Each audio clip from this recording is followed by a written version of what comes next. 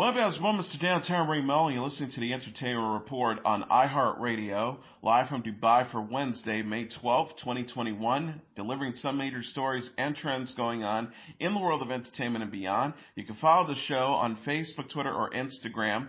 Facebook.com/The Entertainment Report with Ray Melo, that's RAYMELO, on Twitter at The Enter Report, or on Instagram at The Entertainment Report. You can listen to the show anytime you want on iHeartRadio.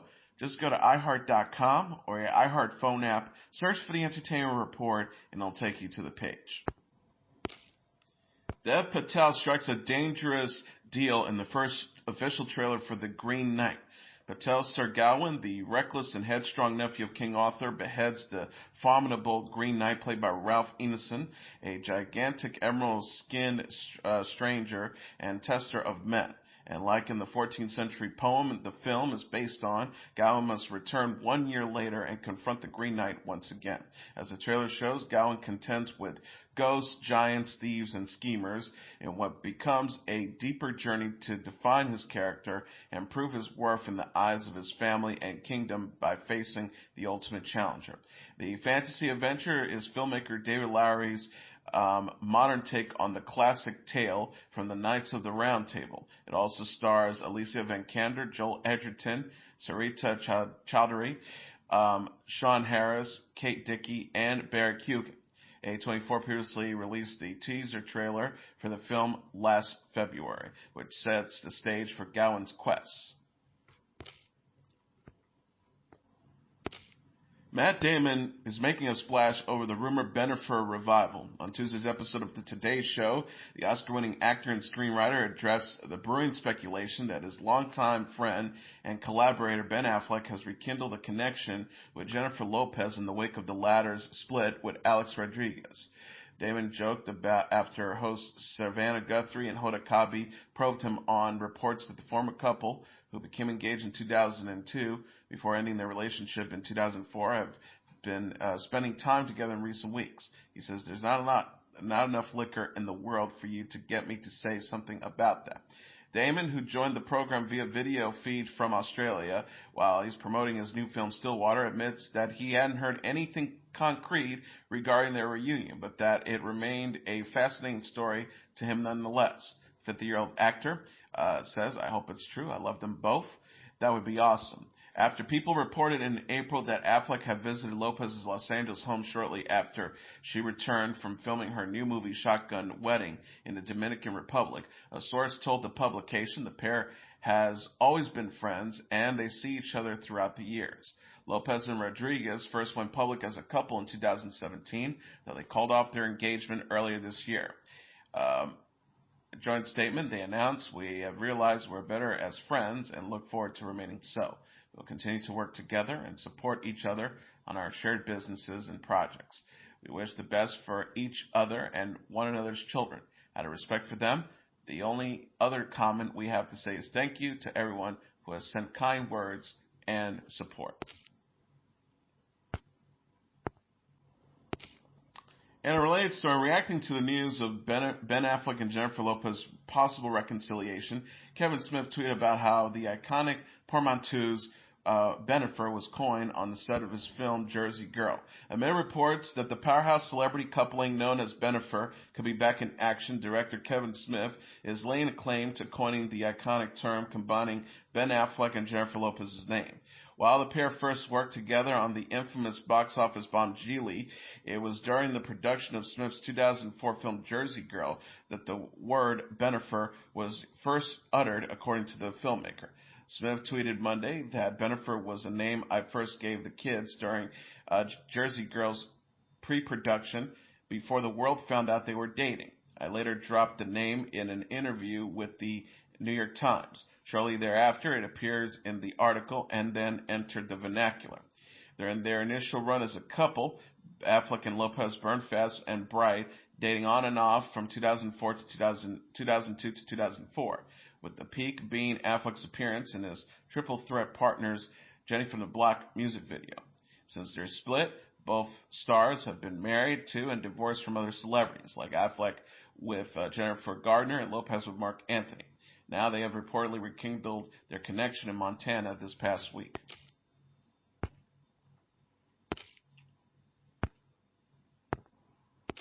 Lindsay Lohan is paying tribute to her movie mom from The Parent Trap, the late Natasha Richardson. The former child star shared a photo still from the 1998 film, a remake of the 1961 Disney classic showing her strolling with Richardson, who would have turned 58 this year. Lohan captioned the shot, "Happy birthday, Angel," hashtag Natasha Richardson. Lohan's family members also commented on the post. Her younger brother, Dakota Lohan, shared heart emojis, and her mother, Adina Lohan, commented, "God bless her." In The Parent Trap, a young Lindsay portrays twins Annie James and Haley Parker, who pulled the switcheroo on their parents, played by Richardson and Dennis Quaid, after meeting at summer camp.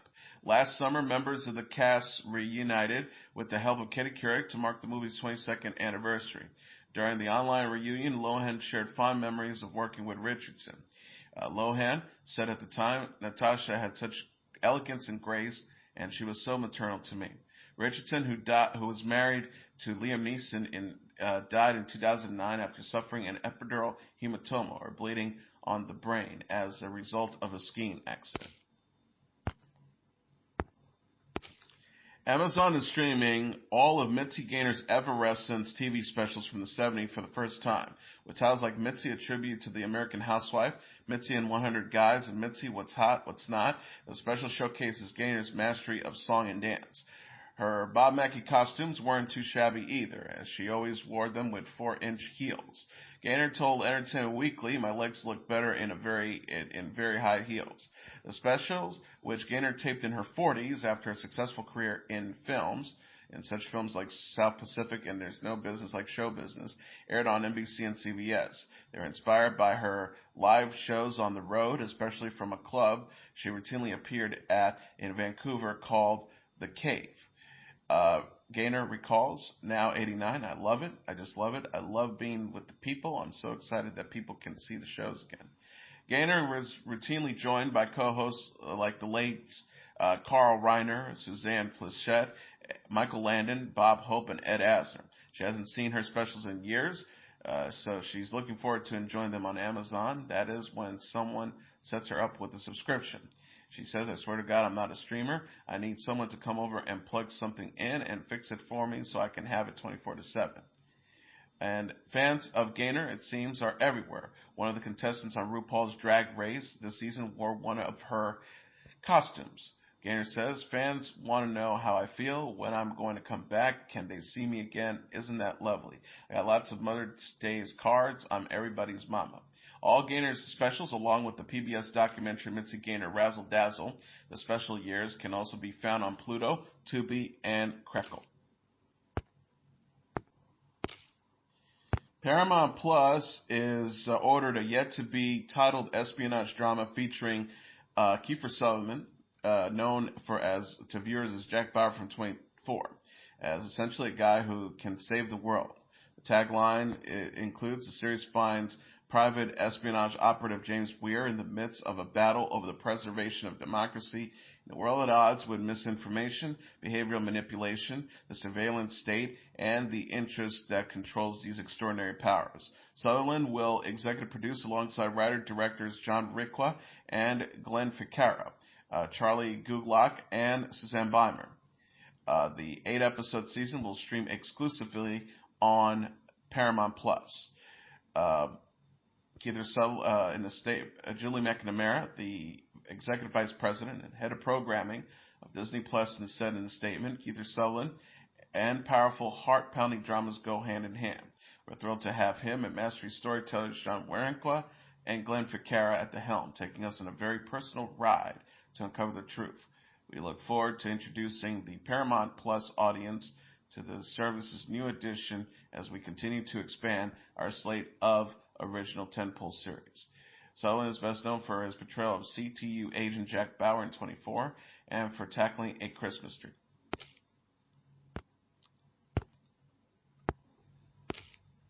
Legends of the Hidden Temple reboot is coming to the CW. The network, home of Riverdale and the Arrowverse, announced the news on Tuesday with plans for a supersized adult version of what was the popular Nickelodeon's kids competition show. This new reimagining will still feature elements of the original, like the Olmec statue, challenges like the moat crossing and the steps of knowledge, and the classic team names. Only this time, the shows will send teams going by the name of the Purple Parrots, the Blue Barracudas, the Orange Iguanas, the Red Jaguars, the Silver Snakes, and the Green Monkeys into a jungle. Only one team will be able to enter the final challenge, Omlek's Temple, complete with temple guards. Scott A. Stone, a co-creator of the original, will executive produce this new Legends of the Hidden Temple with Marcus Fox. A premiere date and time will be announced later. Today's Dylan Dreyer and husband Brian Fitzgerald are expecting a third child to join their sons Oliver George, 16 months, and Calvin Bailey, 4.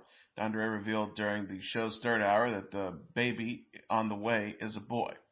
The mom said, after revealing the sex of her co-anchors who opened the box to reveal boy for the cameras, can't wait, can't have a girl if we try. We tried, we're done, this is it, we're out of names. The trailer for Apple TV's upcoming limited series, Lizzies Story, was released on Tuesday. Julianne Moore stars as Lizzie Landon, who's 2 years removed from the death of her husband, famous novelist Scott Landon, played by Clive Owen. Hounded by a sinister fan obsessed with getting his hands on Scott's unpublished manuscripts, played by Dane DeHaan, and faced with a series of unsettling events involving her sister Amanda, played by Joan Allen, Lizzie is forced to confront memories of her dead husband that she has repressed. The cast of characters also include Lizzie's other sister, Darla, played by Jennifer Jason Leigh, the suspicious Professor Dashmill, played by Ron Cephas Jones, and Officer Dan Beckman, played by Sun Kang. Based on the best-selling Stephen King novel and adapted by King himself, the Apple original series will premiere in its first 2 episodes globally on Friday, June 4th, followed by new episodes every week. Portia Williams is engaged. The Real Housewives of Atlanta star confirmed her relationship with Simon Gubla-Badelia, the ex of Williams' Real Housewives of Atlanta co-star Fallon Gubla-Badelia, in an Instagram post on Monday. She said, "Our relationship began a month ago, and yes, we are crazy in love. I know it's fast, but we are living life each day to its fullest. I choose happiness every morning and every night, turning out all negative energy and only focus on positive wishes. He makes me so happy, and to me, that is what matters most." While she stopped short of announcing her engagement, Simon later confirmed the pair were indeed engaged after a month of dating. The entrepreneur wrote on Instagram, "I asked her to marry me because we checked all of each other's boxes and then some." His estranged wife, Fallon, announced her split from Simon after 2 years of marriage last month. In an Instagram story post shared on April 22nd, Fallon's wrote that the mutual decision was not made lightly, and she and Simon are deeply thankful for the impact we have made in each other's lives, as well as the bonds formed with each other's children.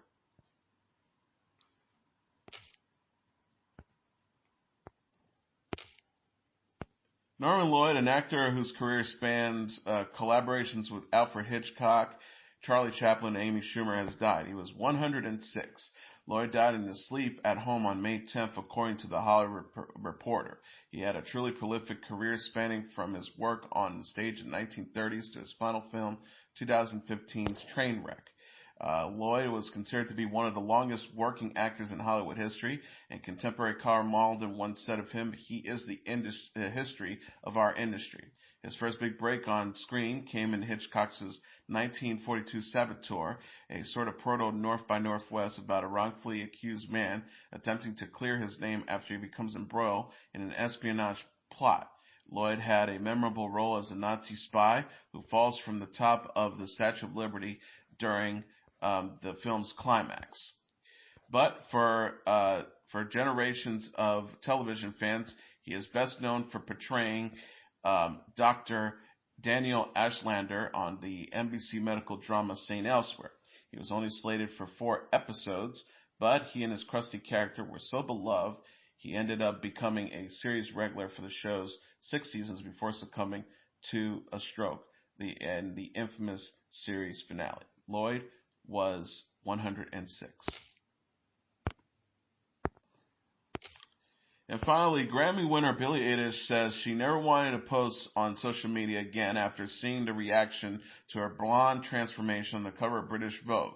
It wasn't because of harsh reactions necessarily, but rather realizing the amount of people who are paying attention to her. She told Stephen Colbert during an interview that aired on The Late Show Monday, "I do get excited by that level of attention. I think it's more than just making me never want to post again. I feel like I want to post more when less people care. And now that more people care, I don't know. It's scary to me." Eilish did say the amount of responses she saw was amazing. The Bad Guy singer graced the cover of British Vogue's June cover, sporting a pin-up look and blonde hair. Speaking with the magazine, she anticipates what critics might say about her transformation, since she's been known for wearing baggy clothes. She says, "If you are about body positivity, why would you wear a corset? Why wouldn't you show your actual body? My thing is that I can do whatever I want. It's all about what makes you feel good.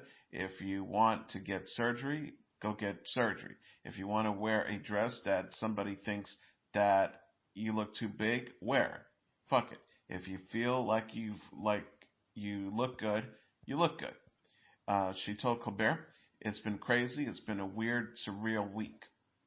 The Late Show's host also asked Eilish if she was wearing a Billie Eilish wig when she was last on the show a few months back, noting her black and green hair. She said, "I was just as blonde then as I am now. I was wearing a Billie Eilish wig. I was.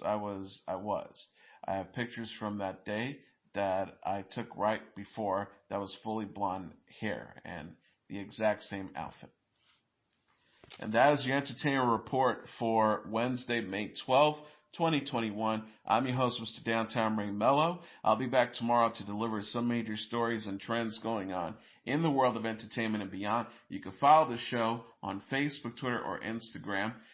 Facebook.com/Entertainment Report with Ray Melo, that's RAYMELO, on Twitter at The Enter Report, or on Instagram at The Entertainment Report. You can listen to this episode or any previous episodes of The Entertainment Report anytime you want on iHeartRadio.